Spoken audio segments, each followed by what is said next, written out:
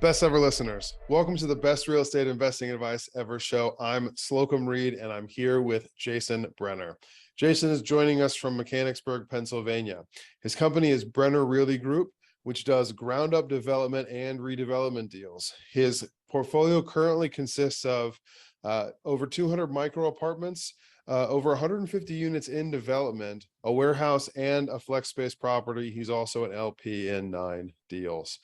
Jason, can you start us off a little bit about your background and what you're currently focused on? Sure. So I'm accidentally in real estate. I kind of wanted to get into real estate. I asked some mutual friends when I wanted to get in and made some connections. I was working full time at a family car dealership about 60, 70 hours a week, and quickly learned that I didn't have the time to do both. I was able to get into one deal actively with some friends, but didn't really pull my weight. So when we exited out of that, I didn't think it was fair. Always had the itch for real estate. So I started just doing syndication deals, which I think are great for a busy professional. Then COVID hit. Pennsylvania laws were pretty strict. Car business was shut down for 3 months, and I decided to pivot. I wanted to continue with the friends that I had done deals with before and just wanted to see how I could fit back in. So we decided to do 2 warehouses in Fort Lauderdale area that were vacant at the time. We converted them to flex, leased them up, and one we should be selling here any day, and the other one shouldn't be too far behind that. We realized that things ran a lot smoother now that I was able to devote a lot more time to it, and we decided to go ground up on 274 units. The building just went vertical the end of last month. Nice. Yeah, it's pretty exciting. Pretty incredible to go down there and see a building that you helped build. You drive past construction all the time and you don't pay any attention to it, but you look at a building and I don't know, you just have a moment looking at it and being like, wow, I was involved in this when it was just a parking lot. We ripped up Jason. Yeah, I can't tell you how many people have told me that. I haven't done any. I'm an apartments guy in Cincinnati, Ohio.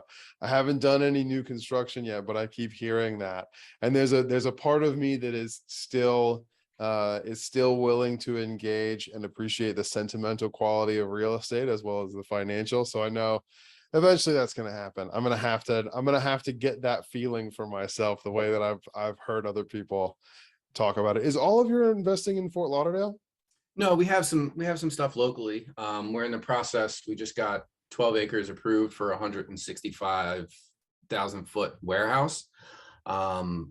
We have people who want to build it, so we're actually just going to close on it here in a couple weeks, sell it approved in a couple months, and just move on. We're looking at some other deals like that. We're looking at some potential hotel development deals locally. But my partners on the first deal that I did in State College, Pennsylvania, we converted some low income housing into student housing. One of the partners moved to Fort Lauderdale to retire. He's a few years older than us, and just saw the opportunity and started buying up stuff. And then when we decided to get the band back together, the 2 other partners have been buying stuff together for a while. But when we decided to get the band back together, they decided, let's start doing high-rise apartment buildings. It's like, okay, I mean, we're in the right market, and we started this stuff pre-COVID, but things have really taken off with COVID and valuations, and we have an approval to do another 165 units. And then my partners just had some 1031 money, so they bought 5 other properties where we're hopefully going to build the next 4 high-rise apartment buildings as well. And that's all in Fort Lauderdale. Oakland Park, which is a small town outside of Fort Lauderdale, but yeah, might as well call it Fort Lauderdale. Park, gotcha. What about Oakland Park attracted you? I'm not familiar with the metro area. So it just an opportunity. My partner down there had the vision for these buildings before we got involved. He found some land that he could buy. One of them happened to have the only operating strip club in the area on it. There was a law that they were grandfathered in, so they were allowed to be there, but there was an ordinance that had changed to no longer allow the strip clubs there. So once he bought it and shut it down, he kind of got the keys to the city. So by doing that, it certainly made it easier to get things approved. So it's an up and coming area. Like I said, it's a tiny little suburb of Fort Lauderdale. but by doing that, he's gotten a lot of support from the local community. So I just want to make sure I'm hearing this clearly. The local community, or at least the local governance, there was one strip club left that they did not want, but that they could not litigate out of existence because it was grandfathered. So when your buddy bought the property and kicked them out, that made them much more agreeable to his future projects out of gratitude. Is that what you're saying? Yes, 100% what I'm saying. That's excellent. I Yeah. love that story. Awesome. Hey, I want to ask you about your micro apartments as well. You were telling me about them. They're in Fort Lauderdale. Tell me more about that. So we're building Class A right now. Same property. It's 274 units. The average unit size is about 705 square feet. Now, obviously, they vary. There's loft, there's one bedroom and two bedroom, but that's going to be the average size of the apartments. There's some that are smaller. I guess coming from suburban Pennsylvania, 700 square feet is, probably the size of my office. So to imagine having your bedroom, living room, kitchen, all in that little area is just, it's different way of thinking for me. I get that. I'm an apartment owner operator in Cincinnati, Ohio, and a lot of our apartment inventory is like post World War II into the 70s, the early 70s. And you have a lot of those, 600 to 700 square foot, one bedroom apartments. I have some one bedroom apartments that actually rate in the 400s on square footage, but they're already fairly open concept. They're very simple apartments, but the floor plan still works really well. I've learned a couple of things. Well, one thing that I've learned is that I have a younger tenant base in those apartments. Again, most of them are one bedrooms, which also lends itself to this. But one of the things that I was seeing on TED Talks years ago about real estate is that the way that we entertain ourselves as a society takes up less space now. Almost everything is on a screen, and everyone has two or three screens. One of them fits in your pocket, the other one fits in your bag, and the third is mounted on the wall. That's just not a lot of space to be taken up to entertain yourself within your home, especially if it's a small apartment. So I've heard that new construction apartments are trending smaller as Mhm. well. What can you tell us about kind of like the floor plan, the layout of your smaller apartments? So I mean, there's similar to what you're saying. I mean, they're small, they're open concept. You walk in, and depending on which apartment you walk in, pretty much to the kitchen, and then the living room is right behind it, and there's a bedroom with a bathroom right around the corner. Some of those units we've put a half bath into on top of that, Oh, wow. just because you don't want somebody coming over to your place and have to send them through your bedroom to get to the bathroom. So we've Totally. put like closet size bathrooms in some of the units. They're small, and I don't know, I guess growing up in suburban area, and I understand your three screen concept, but I always, I had a room that's designated for work because I've always, even working in the car business, it's a family business, so I still worked at home, but I had my office space. I have, my kitchen for eating, my living room for entertaining, my bedroom for sleeping, and I don't like to cross mingle that. Like I don't want to eat in my bedroom because when I lay down to go to sleep, I don't want to think about the meal I had. I want to be able to sleep. But that's how some people live. I like to separate it. It makes it easier for my brain to slow down or speed up when I needed to. Yeah, one of the things, I started as a house hacker back, oh man, 9 years ago now. I started as a house hacker, and one of the things I promise best ever listeners, this becomes relevant. One of the things that we were looking at when we wanted to own or occupy a multifamily is that we wanted to know that we could have tenants who were similar to us in ways that would allow us to understand their thinking. I have to recognize about myself several years later that I am not my tenant base. You know, And so the people who are moving into my apartments just have a very different mindset than I do about a lot of things. One of them being how much space that they need and how much space that I need. I mean, I'm standing right now in an office hack where I'm a 5-minute walk from home. My personal home is fairly urban. I don't have an office, but I have one I can walk to that's 5 minutes away. So I still have to do some work at the dining room table. Now, where this gets relevant is that, Jason, what I'm experiencing right now with my tenant base in, CBA neighborhoods, frankly, with my smaller apartments, is they're the opposite of what you are discussing right now, having a separate room for each thing, and they're the opposite of some of the ways that I live as well. They like open concept, and really, if you think about it, if you take a different perspective, like you're stuck with 600 square feet, or that your budget for housing is going to put you in a 600, maybe 700 square foot apartment that is not fully amenitized and wasn't built in the last few years, then really my experience has been those people want more open concept apartments where the kitchen, living, and dining is one large space that gives them some versatility, lets them move their furniture around every couple of months and redesign what that space is for them. Let me put some numbers behind this because one of the things that I'm doing right now actually is in those apartments, those older like 1970s apartments, is we're taking those old galley style kitchens and removing the wall that separates them from the living area and going L-shaped and creating a much larger open concept feel where you have one rectangular room that is kitchen, dining, and living.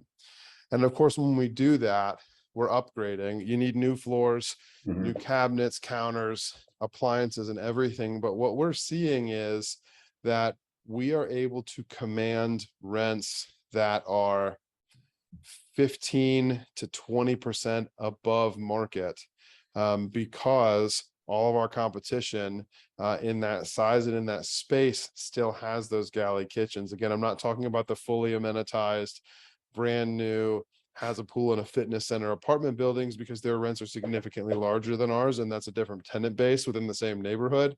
But we're seeing that when we go open concept, we can push rents pretty significantly. So with the stuff that you guys are building now, did you say you're building studios, 1 beds and 2 beds? Yes. So what are you taking more of that? You did say lofts, which makes me think open concept. Is that the approach that you're taking with your new construction type stuff? Yeah, I mean, it has to be with the size, like what you were saying, just based solely on the size, that it has to be open concept. Now we're going for a different tenant base. I mean, we are going for that super class A. There's going to be a fitness center. There's a rooftop pool on this building. There's going to be a rooftop pool on the next building. You'll be able to see the ocean from the pool in both of them. You're about 2 miles away from the ocean. So we're going with that open concept, but we're going after that higher end renter as well. That makes a lot of sense. How important is lobby space in your new developments?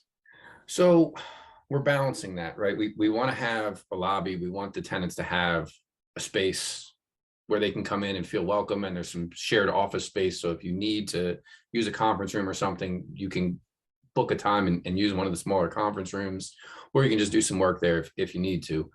But we also want a communal feel in it. So in this particular building that we're building right now, there's going to be 19,000 feet of retail, and it's split. So there'll be a little over 8,000 on one side and a little over 11,000 on the other side. The next building that we're building, we have 32,000 feet all together. And our hope is to get a grocery store in there, right? If we could get a national grocer in there, it raises rents on both sides, right? So the grocery store will have, in that building, it's 165 tenants. So obviously anybody can come and shop there. But if you have 165 building customers on the 10 floors above you, you're going to pay a premium because you have that customer base built in. And then the people, the way that we think about it, the people that live there are also willing to pay a little bit extra for the convenience because I'm making whatever for dinner. Oh, shoot, I forgot this ingredient. well, I can run downstairs and grab it. I don't have to wait for, I don't have to run out and get it, or I don't have to wait for somebody to deliver it. It's literally a couple floors down on the elevator and I got it and I'm back up to finish cooking. So we're hoping that that works and we can land a grocer. And then the hope is obviously to continue that in the other buildings. So the other buildings we haven't started yet. We haven't even started floor plans or anything. Like I said, my partners literally just bought the land end of June. So there's operating businesses on top of the land. Those leases aren't up yet. So they're going to keep those businesses running until those leases run out. But we're going to work on development while those leases are still in place. Nice. And did you just buy a warehouse or are you building one right now? We bought 2 warehouses. One was about 11,000 feet. One was just shy of 23,000 feet. They're next door to each other and we converted them into flex. And then we have approved 165,000 foot warehouse, but we're not actually going to build it. We have somebody who is an end user that wants it and doesn't want us involved in the build, which we're fine with. Just we would make more money if we build it, but it would take 2 to 3 years probably to build it, where this is going to, from development, from when we started putting our money into to do the development until the time that we sell it will be 6 months. So just based on the velocity of money, even though we'll have to pay taxes on it, we'll make so much more and be able to move that money into the next deal and the next deal and the next deal. We'll roll that money so many more times that we'll make more money on that initial investment than we would if we build it. That makes a lot of sense. There are a lot of differences between new construction and Class A apartments with rooftop pools that overlook the ocean and 10 to 25,000 square foot warehouses. What is it that attracted to you to that opportunity to buy those warehouses?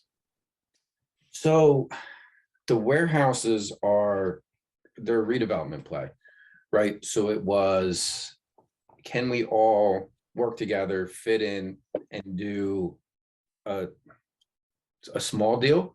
So in our minds, a purchase of 2 warehouses in the $6 to $7 million range is a smaller deal. So it's one of those things that it's a little out of our warehouse, a little bit out of our wheelhouse to do that deal. But it was a lot less risk before you try to build a $100 million deal to make sure that everything works right. It's a lot less risky to put a couple $1 million on the line than to put 20, $30 million on the line. Yeah. Are you saying that these 2 warehouses were kind of like proof of concept for something like the 165,000 square foot space? No. So the 165,000 foot space is with different partners, and those guys have a lot more experience in warehouse. Gotcha. But the warehouses in Florida were a test run for the large multis, the high rises that we wanted to build. We just wanted to make sure that everybody pulled their weight, everybody did everything. If those warehouses were a fail and somebody wasn't pulling their weight, somebody wasn't doing what they needed to do, we could sell those and exit and move on. Where it was a lot easier to do that as opposed to an 11-story building with 274 units and retail and a parking garage and a rooftop pool. Like that's a lot. At the end of the day, it's surprisingly not a lot more work when you're doing a development or redevelopment. It doesn't matter the size, but just the numbers and the risk, and there was a lot more risk involved in a larger deal. So it was like, hey, we haven't done a deal together in 10 years. Let's do a small deal, see how we do. And if we do that 6 months from now, 9 months from now, as long as everything goes okay, we're gonna start building high rises. Gotcha. And did you raise capital for either the warehouses or the high rises? No, we talked about syndicating. We're just in a situation where we didn't need the outside money, and it scared us to raise the amount of money that we needed in $50,000 chunks or $100,000 chunks. Like, it would take us forever to do. How much money did you need to get this off the ground? We did about 18 million in cash into this to build it. Okay. But it was just, then what do you do with investors when it's like, okay, thank you for your money. It's going to take us 18 to 24 months to build this. You're not going to see any returns. You're not going to, there's no reports to give you because there's not much happening. We can send you a picture every couple of weeks, but it was too much risk in our minds to to involve that many people in the deal. Gotcha. Speaking to that risk, do you feel like uh, capitalizing the deal in-house allows you to take greater risks? I mean, I assume the answer is yes. So let me ask a follow-up. How does it change your ability to execute on this deal that you are not raising capital for it? So if I'm responsible for your money, it changes my mindset, right? I don't want to, if I have investors that are relying on me for their retirement plan or to help pay their mortgage or put food on their table, I feel that I have to do things a lot safer. If some friends and I are putting in money into a deal where if everything goes right, we're getting life-changing money.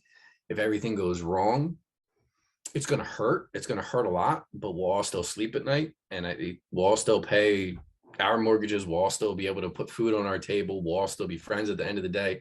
It's a lot different situation to me. I mean, an accredited investor should be able to lose 50 grand or 100 grand if the deal goes bad. But I'm not comfortable taking that money from somebody and risking. I mean, if I was buying a 200 unit that already existed and trying to convert them from B to B plus, sure, that makes a little more sense.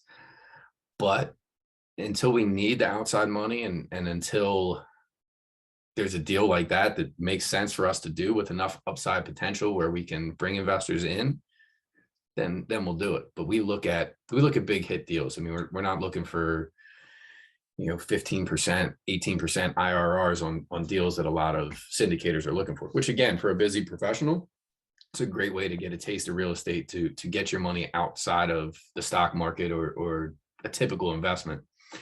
But for somebody who has the time to do it full time and has the team of partners that knows how to do it, to me, it's not as big a risk as a lot of people look at it.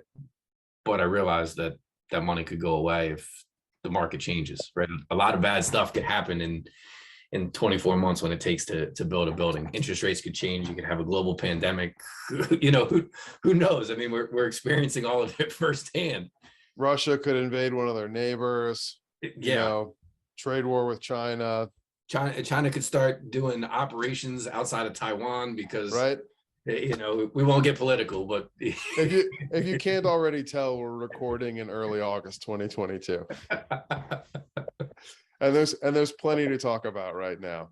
Yeah. Well, Jason, are you ready for the best ever lightning round? Sure. Awesome. What is the best ever book you've recently read? So it's interesting. It's an interesting question. The best ever book that you've recently read. I mean, the best ever book, I think you've probably heard a million times before, is Rich Dad, Poor Dad. Of course. Yeah. It changes everybody's mindset. And not only that, I reread it a couple of years ago. And it really gave me a way. My daughter at the time was like 3.5 years old. And it really gave me a way to explain what I do to a toddler. And she understands now that we buy buildings. So we have money to be able to buy mommy flowers and to buy clothes and to buy food. So she has a basic understanding of that since she was 3.5. And by rereading that book, it gave me a way to rethink that. As I've grown in my career, I've honestly gotten further and further away from real estate books.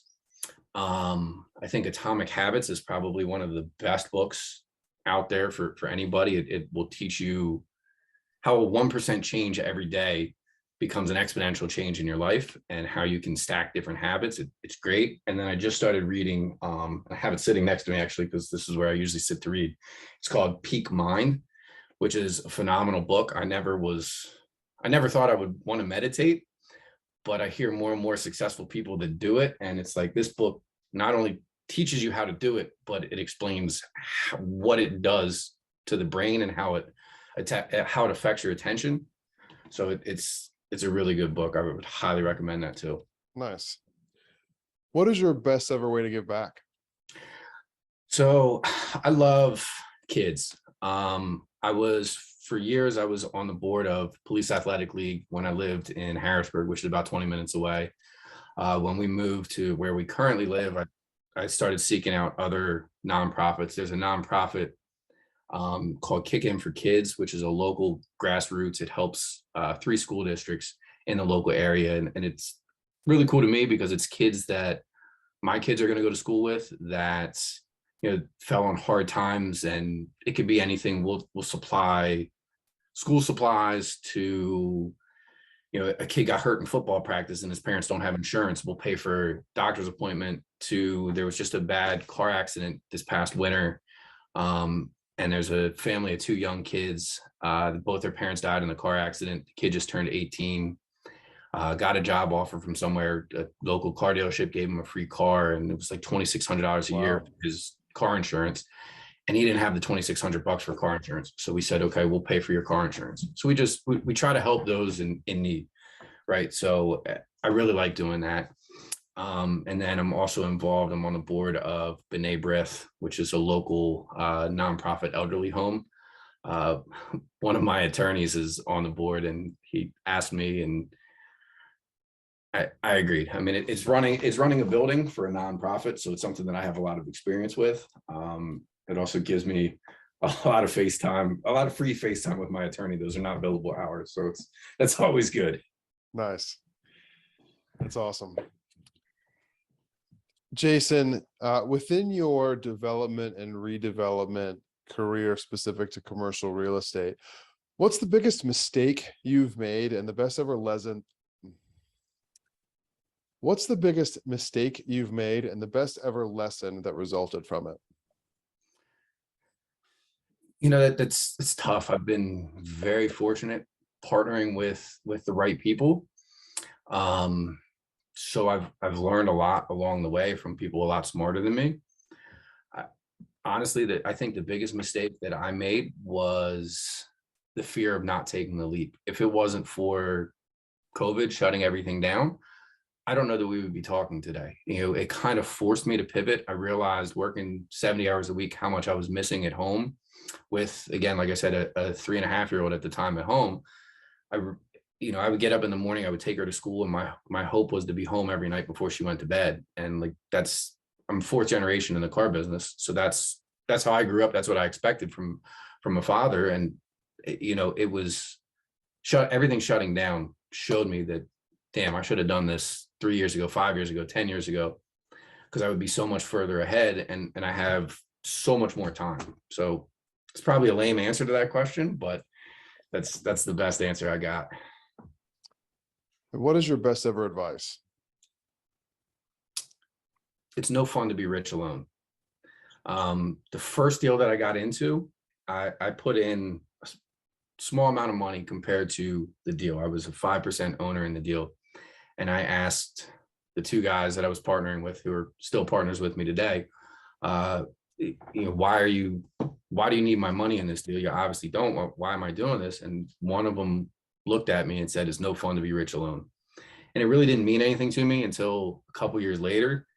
And it really sunk in that it's that shift from a scarcity mindset to an abundance mindset. And there's so much opportunity out there. There's so much to do that if we can do it with our friends, it makes it so much more fun. So that it's a difficult one-liner when you hear it, but when it sinks in and you fully understand what it means, it gave me a paradigm shift for sure. That's awesome. Jason, where can people get in touch with you? Honestly, the easiest place is LinkedIn. I'm sure you have my profile information that you can put in the show notes, but that's It'll be there. that's the easiest place to reach out to me. I'm happy to talk to anybody about real estate. If you have questions, I'm happy to jump on a call with somebody from there as well. I had some really good people that taught me and helped me along the way, and I'd like to pass that along to anybody who wants to help. Jason, thank you. Best ever listeners, thank you as well for tuning in. If you've gained value from this episode, please do subscribe to our show, leave us a 5-star review, and share this with a friend we can add value to through this conversation about all things Fort Lauderdale and micro apartments, with redevelopment of Class A and with renovating Class C for above market rents. Thank you, and have a best ever day.